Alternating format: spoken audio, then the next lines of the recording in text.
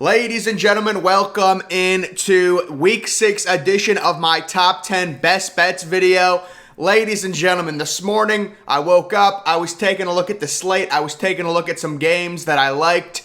It's actually going to be a top 15 edition of my best bets because I absolutely love the slate this week. I couldn't pick just 10 games I wanted to bet on. There's 15 games. You guys can take a look at how I did in week number 5. It was a 6-4 week, which I'll take considering we had the unfortunate thing that happened on Friday where you start 0-1 going into Saturday. That was unfortunate. Utah State, their fan base, just not bringing the energy on Friday night. I was expecting a little bit of a better atmosphere there. They ended up losing to BYU by 14, I think. But overall, 6-4, not great. But guys, the expectations for this week, maybe 14-1, 13-2 type. This is going to be a crazy week. Let me just tell you that. So let's get on with it. Week number 6 already.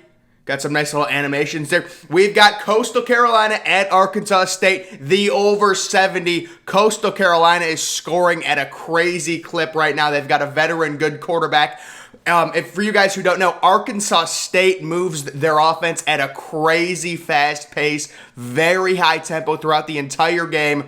This, I believe, might be a Thursday or a Friday night matchup. I think it's Thursday, actually. Coastal Carolina now ranked maybe 16th, 17th. They've been destroying teams. Arkansas State, the over 70. I'm expecting at least 45, maybe into the 50s from Coastal Carolina. And then you've got an Arkansas State team, again, very high tempo, air raid type offense. They throw the ball over the field. High tempo, high scoring, guys. Start off the week on the right note, going 1-0, the over 70. I think it's a Thursday night game. Number 2, it is Texas +3 versus Oklahoma. The neutral site game, noon kickoff, we know. Texas +3. Yeah, guys. Oklahoma, this is the thing with Oklahoma. They're just not doing it for me this year. Even their win against Kansas State, Kansas State had beaten them the past 2 years. It's just, this year, something is not right with this Oklahoma offense, and it's going to come back to bite them. Texas playing really well. They got a big win last weekend against TCU. Bijan Robinson is an absolute beast. Casey Thompson, decent quarterback. They have good skill position players. And Oklahoma, this is more of Oklahoma. Oklahoma should have one loss at this point. Let's be honest. They've had an easier schedule. They should have one loss. And I think Texas gets them. Give me them +3. If Oklahoma wins, I don't think they win by anything more than a field goal. So at worst, this is a push. But I actually expect Texas to win this game outright. Neutral site game. There, give me Texas +3. That's a noon start time on Saturday. We've got Ohio State -20 versus Maryland. Whatever the line was going to be on this game, give me Ohio State. I am completely back in on the Buckeyes. Ohio State last week, -15 at Rutgers. They were up 40, I think it was 45-6 at halftime. Give me Ohio State -27 versus Maryland. Give me Ohio State -30 versus Maryland. I don't care what it is. Give me Ohio State. They are going to destroy Maryland this weekend. It's a noon start time. I think on Fox, -20. I think Ohio State's going to score 50+. The defense is getting better. The linebackers they're reacting. They're not thinking. Really good. Ohio State. How many good true freshmen does Ohio State have on the defensive side of the ball right now? They're really coming into form. Maryland, Tagovailoa. The 4 interceptions, whatever last week. That was an aberration. He is a good quarterback, but they lost a really good receiver for the year. Maryland did, and yeah, Ohio State. They score 50+ points. They're a lock to cover this 20-point spread. It's not even close. It's just going to come down to Ohio State's offense. CJ Stroud, can he build on his performance last week? 45 to 50 points, lock to cover the 20 at home against a Maryland team who struggled mightily last week. Number 4, Michigan State -5 at Rutgers. So this is a line that it's almost like it's too obvious, right? Guys, take the easy money. Vegas wants to give you easy money here. Michigan State, you've got a team like Rutgers who they kept it close with Michigan right on the road. It was an impressive game. They actually outgained Michigan. They come home, and I watched the entire first half of that Ohio State-Rutgers game. Oh my God. Rutgers is improved, from 2 or 3 years ago when they were one of the worst Power 5 football teams, but Michigan State is playing really good football. I know they're on the road, but think about how crazy this is. If Michigan beats Rutgers 27-20, they would cover.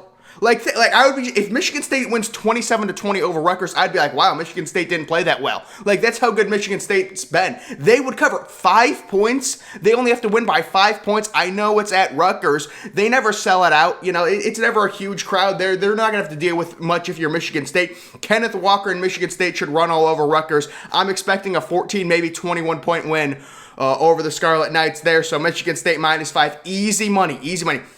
We've got West Virginia at Baylor, the over 44.5. The over-under in this game is just simply too low for a Big 12 matchup. I know both of these offenses have struggled, but 44.5 for a Big 12 matchup?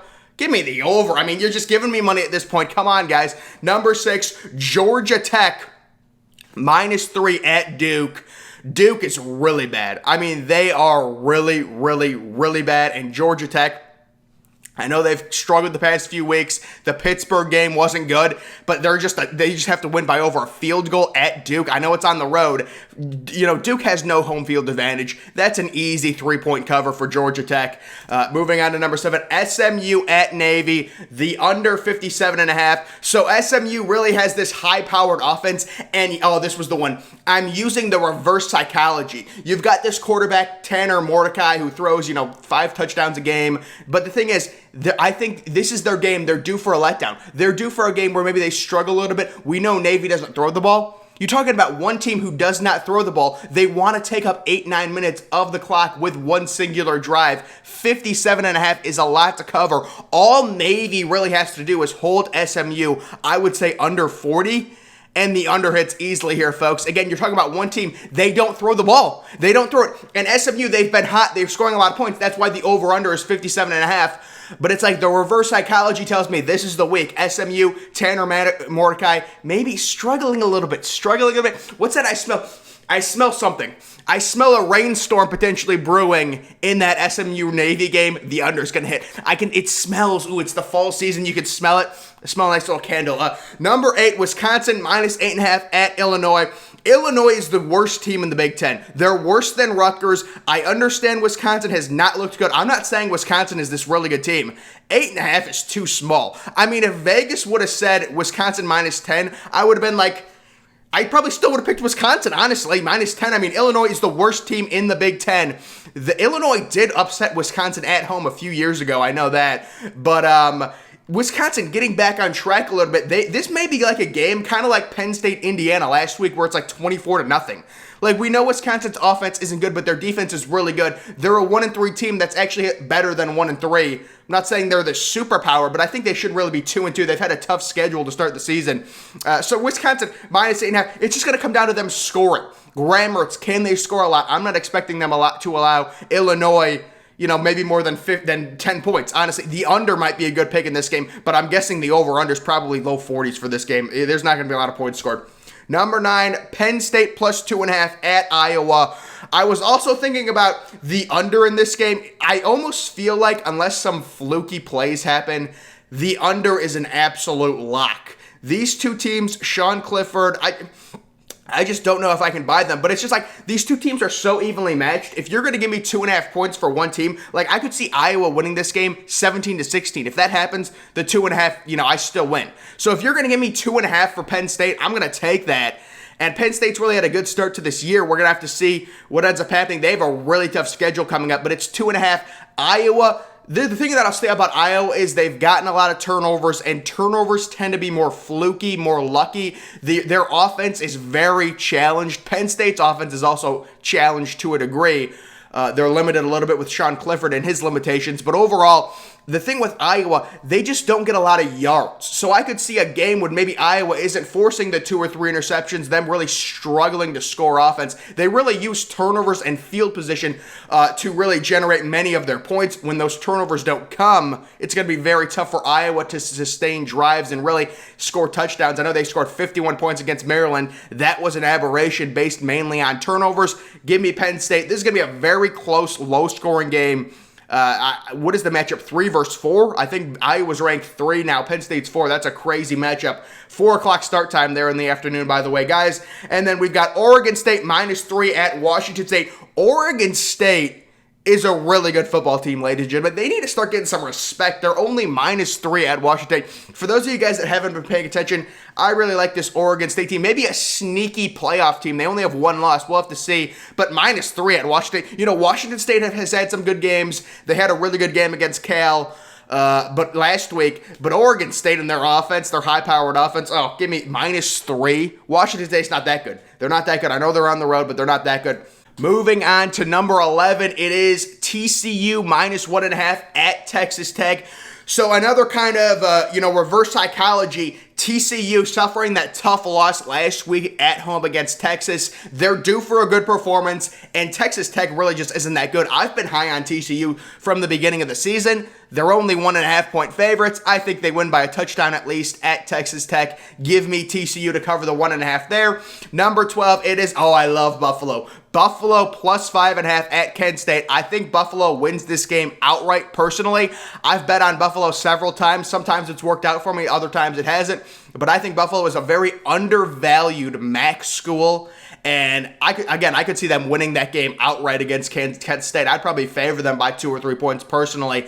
Moving on to number 13, Virginia Tech +1.5 versus Notre Dame. I believe Virginia Tech is going to win this game outright. You've got major questions at quarterback for Notre Dame going into a hostile environment.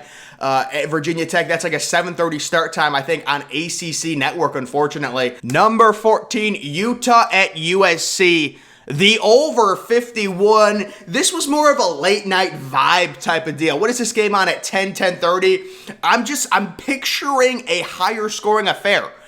It's just a weird vibe I'm getting, but Utah, USC, I don't have a particular reason. USC scores a lot. They've got Drake London, really good receiver, good quarterback, good skill position. Utah team, they're a scrappy team. 51 seems very attainable. Late night vibe here, guys. The over 51, very attainable number there. And then number 15, I love this one.